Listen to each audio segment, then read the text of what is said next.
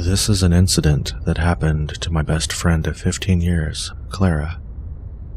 Last March, she traveled to Miami Beach for spring break festivities.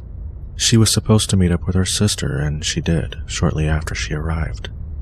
They went all out for the mini vacation, stayed in a nice hotel, the Fontainebleau, which is literally right off the water, basically. Met lots of people, and she even brought one guy back to the room and slept with him, which is not really like her, but I guess the rules are different during spring break. I don't know. Anyway, everything had gone as planned and normal for 3 days, until that third night. They went to their room in the hotel and fell asleep to a movie on the TV. Clara woke up just after 3 to the feeling of something stroking her foot. She assumed it was just the fan blowing the blanket back and forth, and it was rubbing against her foot. She drew her legs and feet up well underneath the blanket and fell back to sleep. Another 15 minutes later, she felt something touch her arm. When she opened her eyes, there was a hand and arm extended from underneath the bed. The side of the bed she had fallen asleep on was facing the window, and in the window, she could see the reflection of a man's head at the edge of the underside of the bed, giving a bone-chilling smile back at her through the reflection in the window. She jumped up and called the front desk and asked for security. The man quickly made his way out from under the bed. The way she described him was hair sticking up everywhere. It looked like he hadn't showered in weeks, and he smelled. He also had these crazy-looking eyes, like he was looking through you when he looked at you. His eyes were always in a surprised look, eyelids really wide open. Before security could get there, he stared at her with those crazy eyes and started speaking some sort of chant. She said she couldn't remember it really, but that she did remember him referencing Lucifer several times. It was almost as if he was praying aloud to Lucifer to bring harm to her. Security removed him from the building very shortly after that, but she was so shaken that she couldn't sleep the rest of the night, and she ended her vacation the next morning. She was on a plane before noon to come back home. I think the ordeal really messed with her head because she is very, very paranoid these days. She is always checking and double-checking areas that people could possibly be hiding in her home and in her car.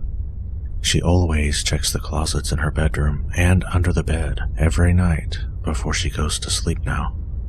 Can't say I blame her, honestly.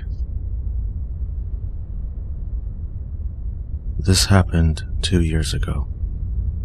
It's very difficult to tell you this story. This is a night that changed my life forever, and I don't think I've had one night's sleep where I didn't have a bad dream about it. My brother, myself, and a couple friends decided to take a trip to Cancun, Mexico for some R&R and to have some fun on spring break. As soon as we arrived, we were immediately welcomed by warm weather and blue ocean as far as the eye could see. It was breathtaking. We hopped around a few stores to just do some window shopping and whatnot. I bought some sort of strange pop rock gum and gave a piece to one of our friends to see their reaction. Probably the funniest thing I've seen in years. Anyway, later that first day, we decided to do some snorkeling. We spent the next 4 to 5 hours in the water just having a good time and marveling at all the incredible fish we had seen. We decided we wanted to go to a club that evening, so we asked some of the employees around which ones they thought were worth a visit. We had eventually settled on Club 1111. We walked to our hotel, got ready for the evening, and walked to the club. They were right. The club was a great time. Great music, great drinks, and lots of good-looking, nearly half-naked people.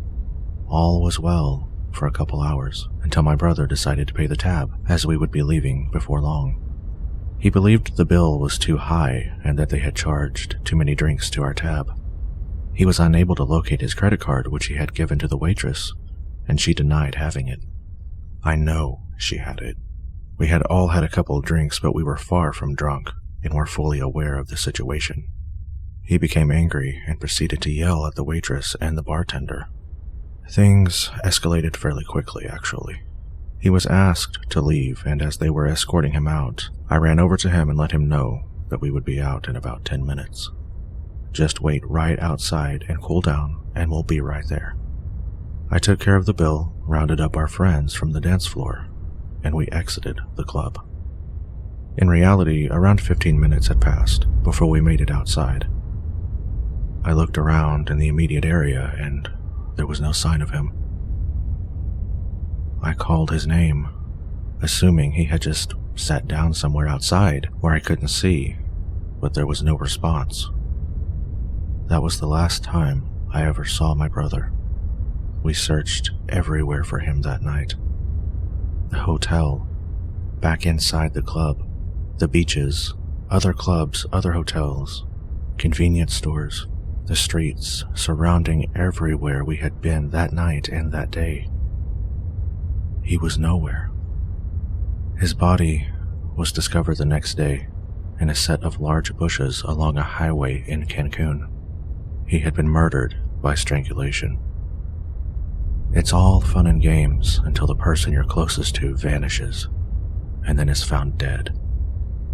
I struggle with what happened daily. I think to myself a million different things that I could have done differently to ensure his safety. I should have exited the club with him. In my mind, as far as I'm concerned, I basically killed my brother because I didn't do what I should have to protect him. I will never get over his death.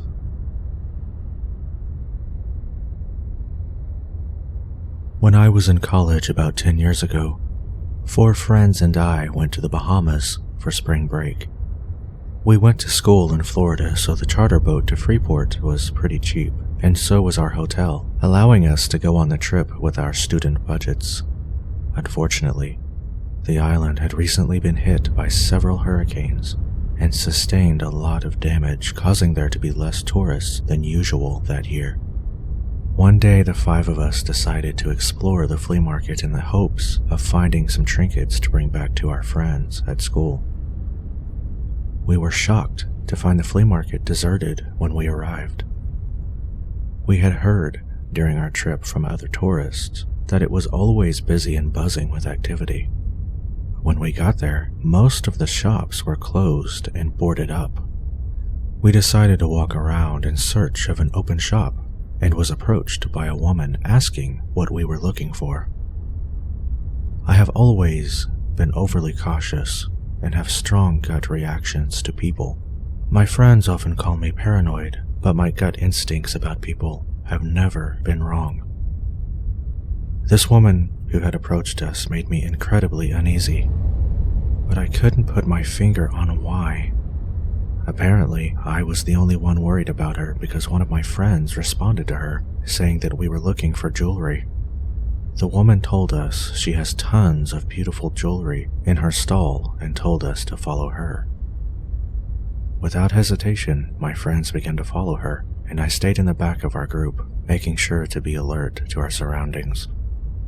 The woman led us out of the main flea market area and into a parking lot enclosed with a chain-link fence filled with rows of little wooden shacks that were about 6 feet tall by 6 feet wide. While walking through the lot, I saw what was definitely a drug deal going down not far away, which put me on even higher alert. All I could think about was broke down palace, and I hoped none of my friends were dumb enough to try buying pot while in another country. This was soon after the Natalie Holloway tragedy, so that kept filtering through my mind, in addition to the stories I had heard about stupid American college girls getting picked up in foreign countries, never to be seen again. Yes, I am paranoid, but my friends were overly sheltered girls who had no idea what the real world was like or what people are really capable of. I grew up in rougher neighborhoods and rougher schools, so I was less naive than they were. Once the woman opened the door to her shack, my friends rushed in to see her goods. I eyed the huge lock and decided to stay outside of the shack. It would have been easy for her to shut the door with all of us in there and lock us in. If I stayed outside, I thought it was less likely anything could happen. The hair on the back of my neck started to stand up when she got angry at my refusal to enter. She tried to shoo me into the shack and got loud. My friends were oblivious since they were busy shopping. Luckily, I am tall for a female and not all that petite. Meanwhile, the woman was maybe 5 feet tall. There was no way she was going to make me budge. During this time, I also became aware of the drug dealers intently watching us. Her eagerness to get me in the shack was when I started to think things went from sketchy to uncomfortable, and I decided it was time for us to get the hell out of there. I told my friends it was time to go, and they began to argue that they weren't done. I became very stern and loud and said we were leaving now. Since I am not confrontational and always pretty laid back, my friends knew something was wrong and followed me as I power walked my ass out of that lot. I didn't stop until we got to the more populated front of the flea market.